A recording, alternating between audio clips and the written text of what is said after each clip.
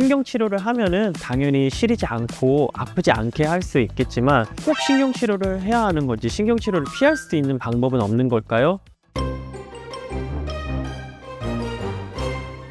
안녕하세요. 전한솔 원장입니다. 치과에서 가장 피하고 싶은 치료 꼽아보자면은 발치가 아닐까 싶어요. 누구든 내 치아를 뽑는 일은 정말로 피하고 싶을 것 같아요. 하지만 염증이 너무 심하거나 치아가 정말로 많이 손상이 돼서 어쩔 수 없이 이를 뽑아야 되는 상황이 오기도 하죠. 하지만 자연 치아는 어떤 보철물로도 완전히 대체할 수 없다는 말 많이 들어보셨죠? 그래서 저희는 가능하면 치아를 살리는 치료, 즉 자연치 보존을 최우선으로 노력하고 있습니다.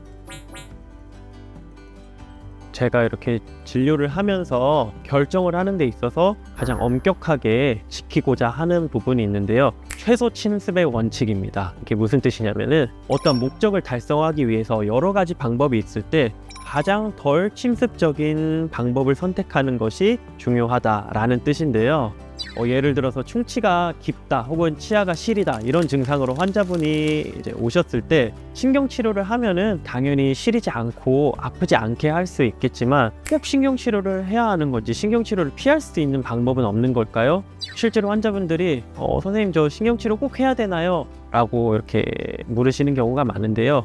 이럴 때 고려해 볼 수 있는 좋은 방법 중에 하나가 바로 치수복조술입니다. 이게 어떤 치료냐면요, 충치가 깊기는 하지만 신경이 전체가 다 손상이 되지 않았을 때 필요한 부분만 조심스럽게 제거를 하고 나머지 신경의 생활력은 최대한 흘려서 가는 그러한 치료 방법이라고 보시면 됩니다.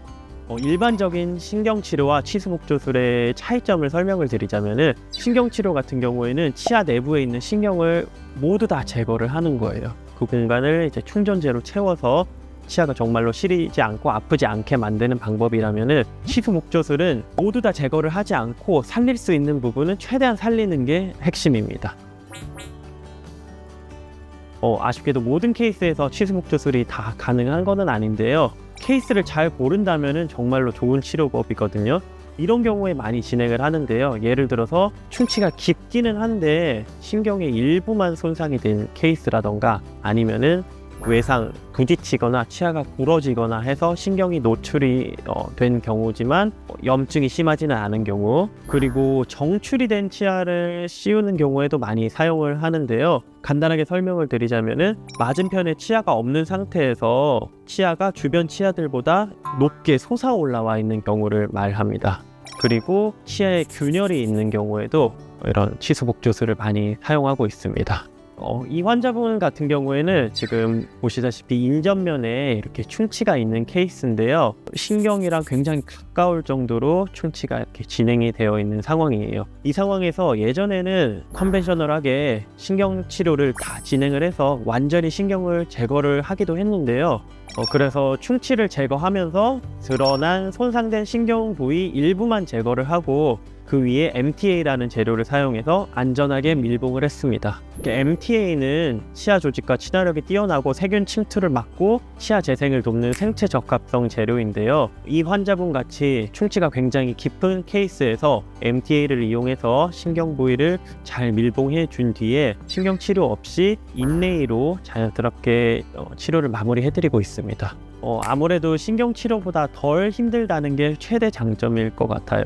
신경치료는 치아마다 또 신경관의 개수마다 다르겠지만 복잡한 치아 구조를 가진 치아의 경우에는 3, 4회 정도의 내원이 필요한 경우가 많거든요. 근데 그거에 반해서 치수복조술은 단 하루 만에 마무리가 가능하다는 장점이 있습니다.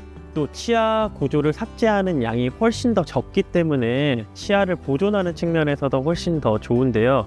실제로 여러 연구에서 신경치료한 치아와 치수복조를 시행한 치아의 수명을 비교한 결과 치수복조를 한 그룹에서 유의미하게 좋은 결과를 보이는 연구들이 많습니다. 물론 단점도 있습니다. 굉장히 정밀하고 테크닉 센시티브한 진료라고 볼 수 있는데요. 그만큼 치과의사의 숙련도가 중요합니다. 그리고 이 MTA라는 재료가 침이나 피와 섞이면 물성이 굉장히 떨어지거든요. 그렇기 때문에 방습 과정이 굉장히 중요해요. 그래서 이런 방습과 재료 사용에 익숙한 경험이 풍부한 치과에서 진행을 하는 것이 중요하다고 할 수 있습니다. 정말로 이렇게 불가피하게 신경치료를 꼭 해야 되는 경우도 분명히 존재를 하거든요. 근데 신경치료라는 게 결국 한 번 하면 이렇게 되돌릴 수 없는 비가역적인 이런 과정이다 보니까 신중한 고민이 필요하다라고 생각을 해요. 그래서 충치가 깊다거나 신경치료가 필요한 환자분들 중에 이런 치수복조술에 대해서도 한번 고민해 보시고, 저희가 카카오톡 상담하기도 있거든요. 만약에 내 케이스에 대해서 만약에 신경을 살릴 수 있을지 한번 상담 받아보고 싶다 하시는 분들 카카오톡 상담 주시면은 저희가 성심껏 잘 상담해 드리도록 하겠습니다. 오늘은 신경치료를 피할 수 있는 방법, 치수복조술에 대해서 한번 설명을 드렸습니다. 도움이 되셨다면은 좋아요와 구독 부탁드리고요. 댓글도 남겨주세요. 앞으로도 믿고 보는 정보로 찾아뵙겠습니다. 감사합니다.